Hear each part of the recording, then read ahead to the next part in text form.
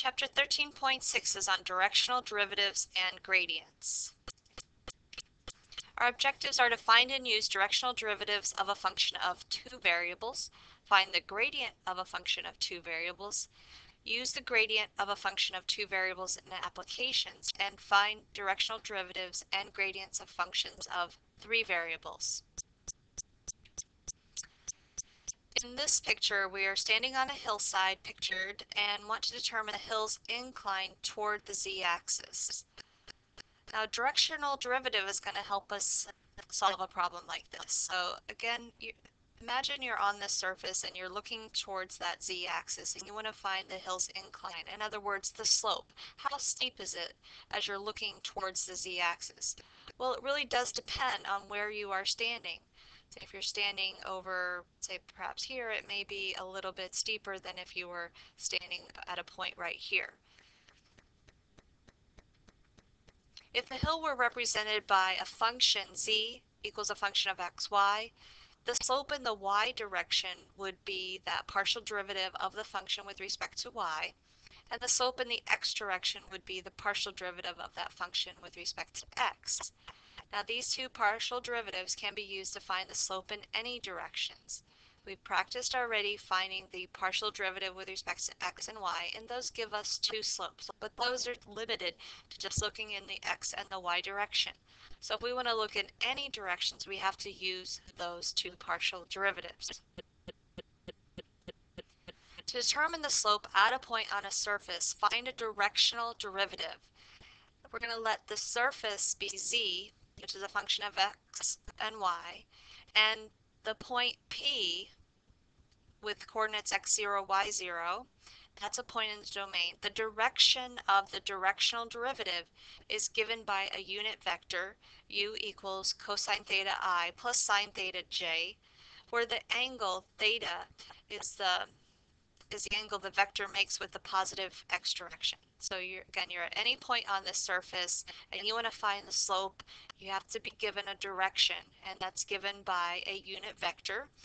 And if the components are cosine theta and sine theta, that angle theta is the direction that you're looking at. This is the definition of a directional derivative if f is a function of two variables x and y, and that unit vector equals cosine theta I plus sine theta j. Then the directional derivative of f in the direction of u is denoted by this notation here. We have d for directional derivative of f, that's our function, in the direction of u. Now this is our limit definition of a derivative, but as we learned back in Calculus 1, we started off with a limit definition of derivative, and then we're able to find the so-called shortcut for finding the derivatives. So we get this theorem for the directional derivative. Again, f is that function of x and y. It's that surface. Then the directional derivative of f in the direction of that unit vector is found by this formula. It's the partial derivative with respect to x times the cosine of the angle theta plus the partial derivative with respect to y times the sine of the angle theta. Now it is important to note that the directional derivative is not a vector. It is a scalar. You want to find the slope. How steep is it? Looking in a certain direction. That's our formula that we're going to use for directional derivative. It is not a vector. It is a scalar. Now, if you have a function of three variables, then the directional derivative is in the direction of the unit vector. So you need to find a unit vector with components a, b, and c. Then the directional derivative is found by multiplying the components of the unit vector times the partial derivatives, the corresponding partial derivatives.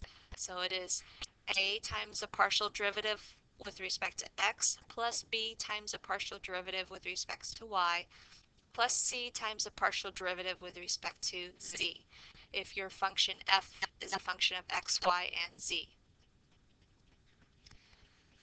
Now there are infinitely many directions at a given point, so one for each direction specified as u. So if you're at a point on the surface, then your slope depends on which way you are looking.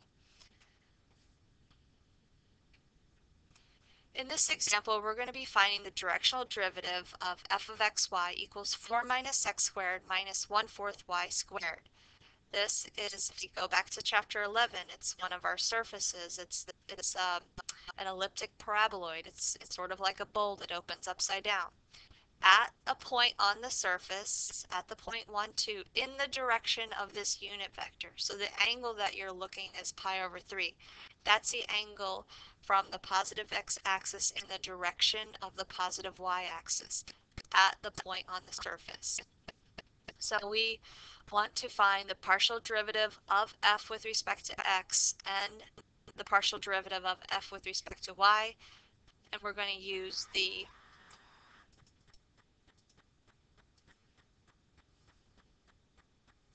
Okay, this is our theorem that we use to find the directional derivative. Again, it uses the partial derivatives with respect to x and y times the cosine of the angle and the sine of the angle. Now, looking back at this function, the partial derivative of this function with respect to x, you can treat x as a variable and y as a constant. That derivative is negative 2x. Take the partial derivative of this with respect to y, treat x as a constant and y as a variable, and that's going to be a negative 1/2 of y. And the cosine of pi over 3 and the sine of the pi over 3, you can evaluate those.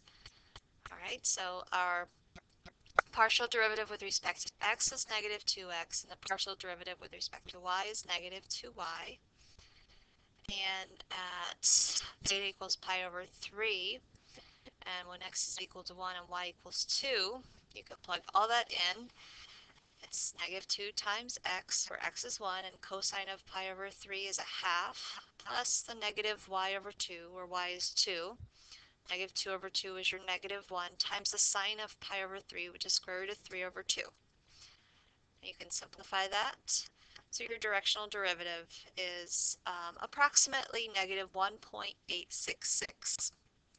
And what that means is, suppose you're on this surface here, you're looking at this point right here, 1, 2, where x is 1 and y is 2, and looking in the direction of pi over 3. So when you look in that direction, standing on that point on the surface, you can tell that it's going down. So it's a negative slope. The derivative looking in that direction is a negative 1.866. That means a z is changing approximately negative 1.866. It's going down. Okay, here are some more examples of directional derivatives, and in the next few videos we'll be going over these. You can go ahead and try this one on your own and then restart the video. Okay, for this one we want to find the directional derivative of the function f of xy equals x e to the y, where theta is equal to 2 pi over 3. Now we have the formula here for the directional derivative. It includes the partial derivatives as well as the cosine and the sine of the angle. So let's look at this function and find the partial derivative of this function with respect to x. You treat x as a variable and y as a constant. So this is x times a constant, and that partial derivative is e to the y.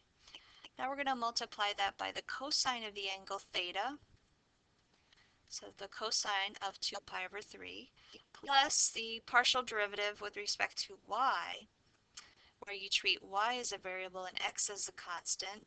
That partial derivative is going to be x e to the y times the sine of the angle theta, sine of 2 pi over 3.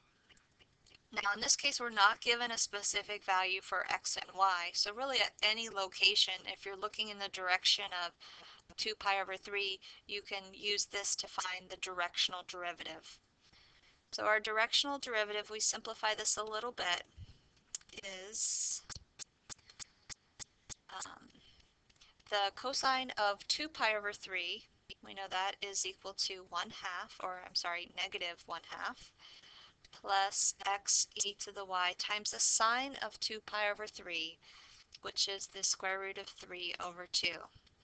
Okay, now notice that this is no longer a vector. If you think of, we've been doing vectors so much, avoid getting them confused because the directional derivative is not going to have a vector here.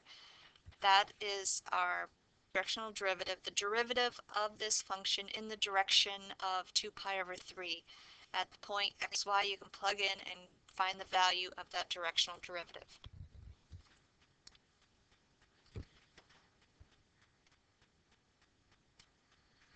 Okay, here's another example. Find the directional derivative of this function f of xy equals x to the third minus y to the third in the direction of v equals 3I plus 4j at the point 4, 3.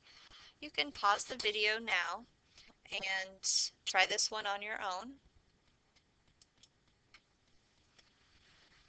Okay, in this one we're not given an angle theta, but we are given information that we can use to find that angle theta.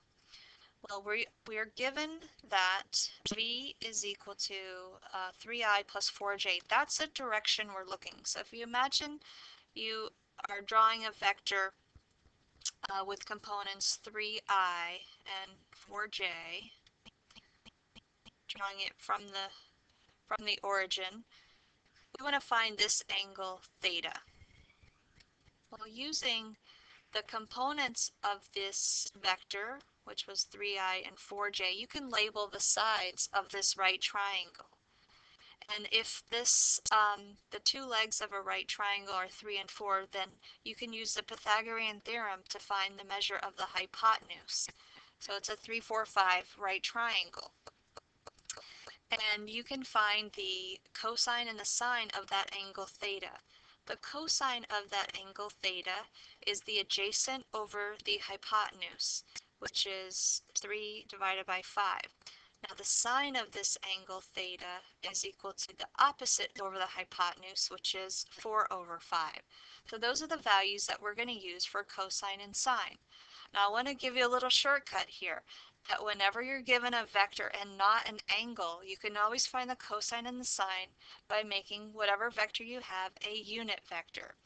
So the unit vector u can also be found by taking the vector v and dividing by the magnitude of vector v.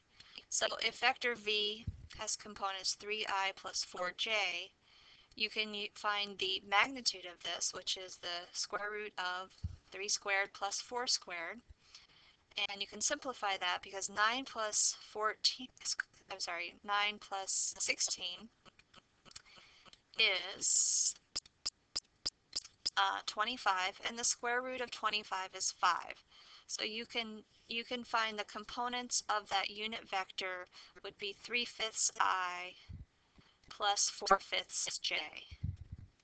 And hopefully you can see that these two components are the cosine and the sine. So you can either find the cosine and the sine by drawing the right triangle, or you can use the components of the unit vector. Take whatever vector you have and divide by its magnitude. Now we're ready to go ahead and find the directional derivative using this formula here. The directional derivative in the direction of u, the unit vector, which is still going in the same direction as v, of f of xy is equal to the partial derivative with respect to x. Treat x as a variable, y as a constant. That derivative is 3x squared times the cosine of the angle theta. Well, the cosine of the angle theta is your first component. It's 3/5 plus the partial derivative of your original function with respect to y. You treat y as a variable and x as a constant, and that derivative is negative 3y squared, times the sine of the angle theta is the second component, which is our 4/5.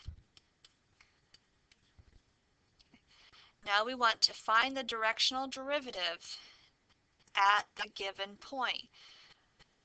So we can plug in 4 for x and 3 for y and simplify the result.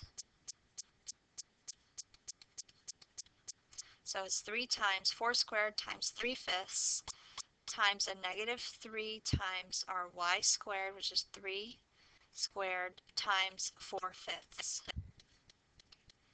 Now simplify that to get your your directional derivative in the direction of u.